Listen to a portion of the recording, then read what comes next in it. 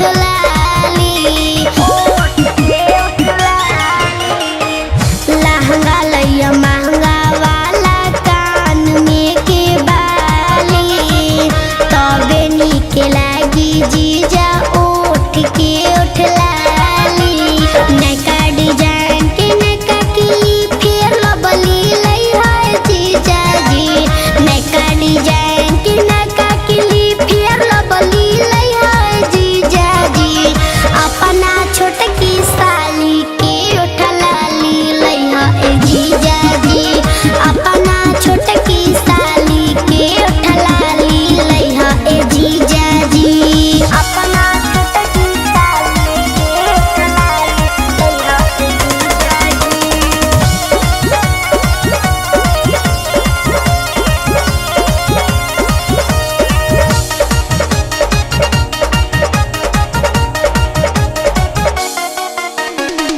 तू ही एगो जीजा बाड़ो बानी तोहर साली